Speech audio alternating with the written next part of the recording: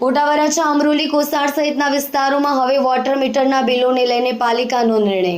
Property ટેક્સમાં જ આ charge ગણી લેવાશે. શહેરમાં કુલ 24 લાખથી વધુ ઘરો છે, છતાં 24 કલાક યોજનામાં માત્ર 75,000 જ વોટર મીટર લાગ્યા. આટલા ઓછા મીટર લાગતા વિવાદ ઊભો થયો હતો.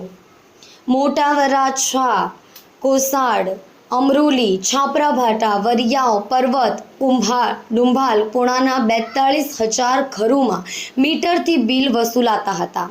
સ્થાનિકો બિલ ભરતા ન હતા અને સતત વિરોધ કરતા હતા. આ મામલે હવે અલગથી પાણી ચાર્જ વસૂલવાનો નિર્ણય પાલિકાએ બદલવો પડ્યો. 11 વર્ષ પહેલા આ યોજના શરૂ થઈ હતી. રહેણાંક તેમજ ધાર્મિક જોડાણો મળી 60,000 મીટર ધારકોને પાણી વેરા બિલમાંથી મુક્તિ મળી. આ વેરો 1 ઓક્ટોબરથી અમલી થશે. શહેરમાં વોટર મીટર તો લગાવાશે પણ બિલ આપવામાં નહીં આવે. માત્ર પાણીના વપરાશના ડેટા એકત્ર કરાશે.